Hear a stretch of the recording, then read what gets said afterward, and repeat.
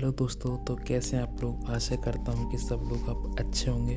तो चलिए शुरू करते हैं साइकोलॉजी ऑफ मनी का चैप्टर नंबर 11, यथोचित तर्कशील। यथोचित मतलब जैसा चाहे वैसा, तर्कशील का मतलब है लॉजिक। आगे बढ़ने से पहले छोटी सी रिक्वेस्ट, चैनल को सब्सक्राइब और वीडियो को लाइक कर स्टार्ट करते हैं चैप्टर नंबर 11, यथोचित तर्कशील।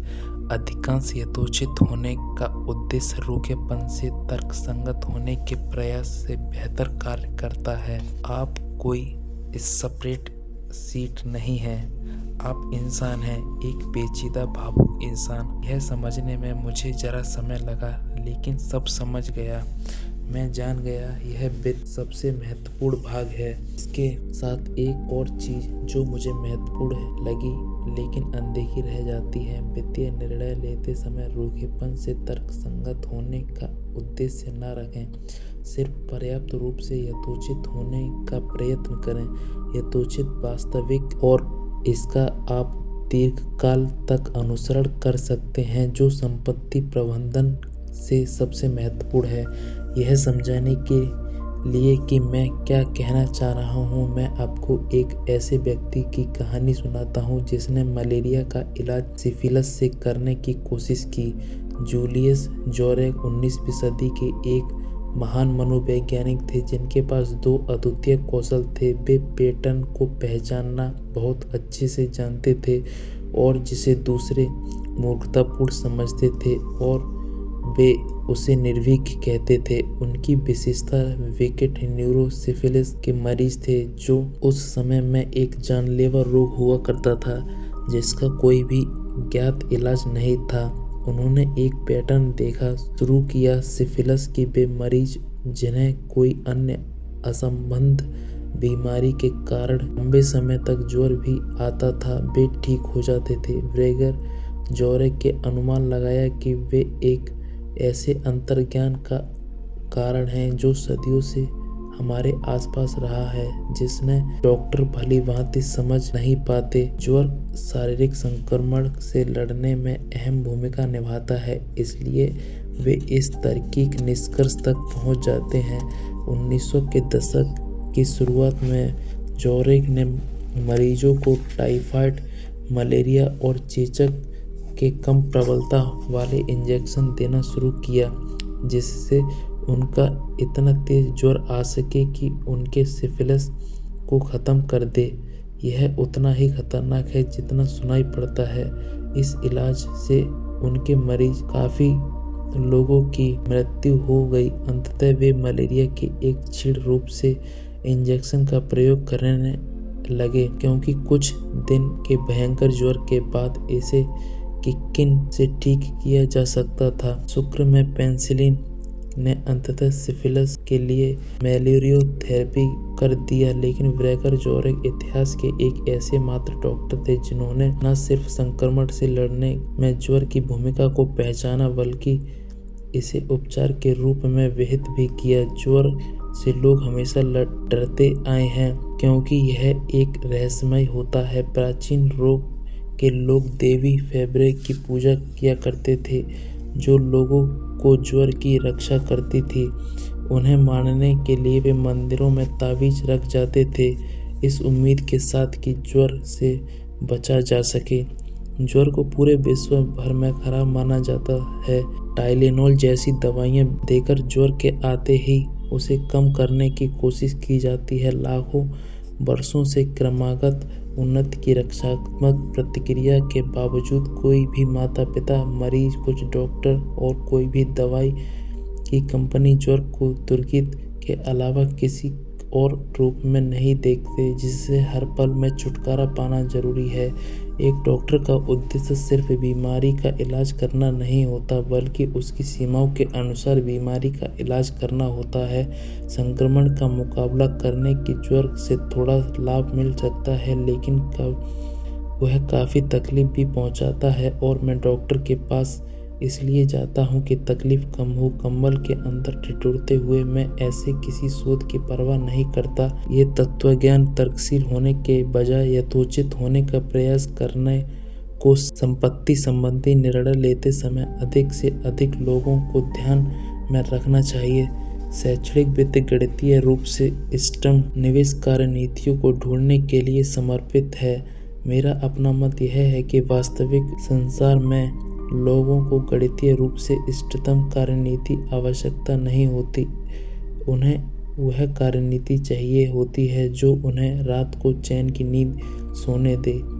हैरी ने जोखिम और प्रतिफल के बीच के गणितीय लेनदेन को खोजने में नोबेल पुरस्कार जीता। उनसे एक बार पूछा गया कि वे खुद को पैसा कैसे निवेश करते हैं। उन्होंने 1950 में अपने पोर्टफोलियो का आवंटन का ऐसे वर्णन किया जब उनके मॉडल पहली बार विकसित हुए थे। मैंने अपनी व्यथा की कल्पना की कि अगर स्टॉक मार्केट ऊपर जाता है और मैं उसमें ना रहूं, या फिर अगर वह अद्भुत तरीके से अधिक नीचे चला जाए और मैं अपनी पूरी तरह से उसमें रहूं।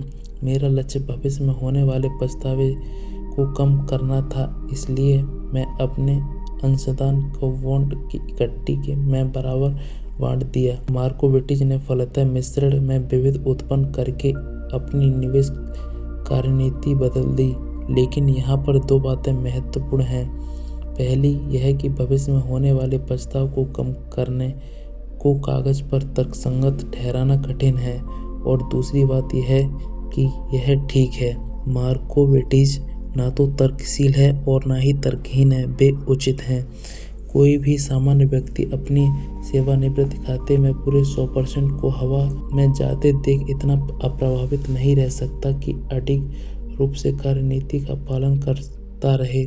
वे शायद हार मान लेंगे या दूसरा विकल्प ढूंढेंगे और शायद अपने वित्तीय सलाहकार के विरुद्ध कार्यवाही करेंगे। अनुसंधानकर्ताओं ने तर्क दिया कि उनकी कार्यनीति का प्रयोग करते समय अपेक्षित सेवानिवृत्ति संपत्ति जीवनकाल निधि की तुलना में 90% अधिक होगी। यह 100% कम उचित भी है। असल में अनुचित दिखने वाले निर्णय का समर्थन करने का एक तर्कशील कारण यह है कि आपको अपने निवेश में काफ़ी लगाव होना चाहिए।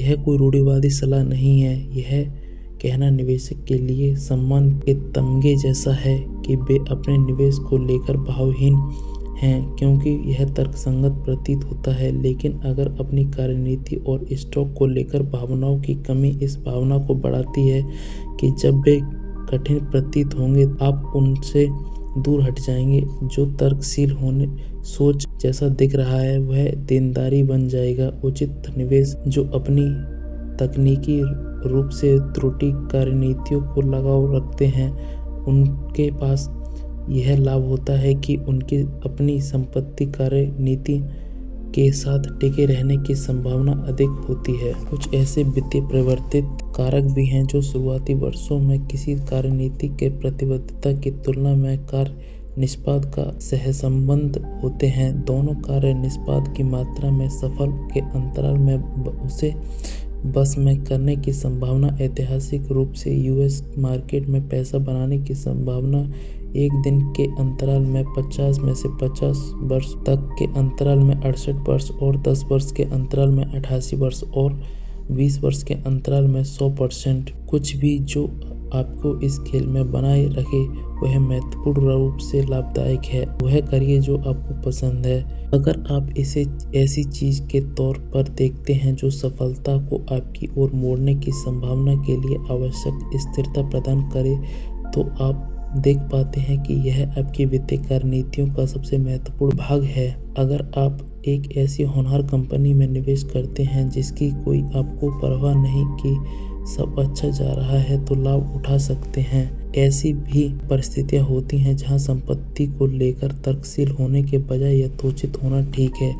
एक सुप्रलेखित देसी पक्षपात है जिसके अनुसार लोग जिस देश में रहते हैं वहीं की कंपनियों में निवेश को वरीयता देते हैं और पृथ्वी पर बाकी 95% कंपनियों को अनदेखा कर देते हैं। यह तर्कशील नहीं है जब तक आप यह न सोचें कि निवेश का मतलब अजनबियों को पैसा देना है। डे ट्रेडिंग और अलग अलग स्टॉक खरीदना अधिकतर निवेशकों के लिए तर्कसंगत नहीं होता। संभावना भरी रूप में आपकी सफलता के विरुद्ध होती है, लेकिन ये दोनों छोटी मात्रा में यथोचित हैं। अगर ये आपकी चाह पूरी कर आपके अन्य विविध निवेशों में बनाए रखते हैं निवेश जॉस ब्राउन और विविध रूप से निवेश समर्थन करने के साथ साथ विविध निवेश रखते भी हैं। उन्होंने एक बार बताया कि वे क्यों अलग अलग स्टॉक्स का समूह रखते हैं। वे अलग अलग स्टॉक्स का यह समूह सोचकर नहीं खरीदता कि इससे अल्फा उत्पन्न करेगा अत्यधिक बेहतर प्रदर्शन। मुझे बस स्टॉक से लगाव है जब से मैं 20 वर्ष का था और यह मेरा पैसा, मैं जो चाहे वह कर सकता हूँ, एकदम यथोचित। वैनगार्ड ने स्वर्गीय संस्थापक जैक बोगल को अपना करियर कम लागत वाले निष्क्रिय सूचकांक निवेश को बढ़ावा देने के अभियान में बताया। बहुत से लोगों को यह बात दिलचस्प लगी कि उनके बेटे ने अपना करियर सक्रिय उच्च शुल्क हेज फंड और म्यूचुअल फंड प्रबंधक के रूप में चुना। बोगल, जिनके अनुसार उच्च शुल्क फंड अंकगणित के सादे नियमों का उल्लंघन करते हैं, उन्होंने अपनी कंपनी कुछ संपत्ति अपने बेटे के फंड में निवेश की। इसका क्या स्पष्टीकरण हो सकता है? कुछ चीजें हम पारिवारिक कारणों से करते हैं, वोगल ने द वॉल स्ट्रीट जर्नल को बताया। अगर यह समानुरूप नहीं होता तो जीवन भी तो हमेशा समानुरूप नहीं होता। वाकई शायद ही कभी ऐसा होता। चलिए, ये पार्ट यहीं पर ख़त्म होता है। बाकी हम अगला नेक्स्ट चैप्टर कल पढ़ेंगे। तब तक के लिए बाय, टेक केयर और जाते जाते चैनल को सब्सक्राइब और वीडियो को लाइक करना ना भूलें। बाय।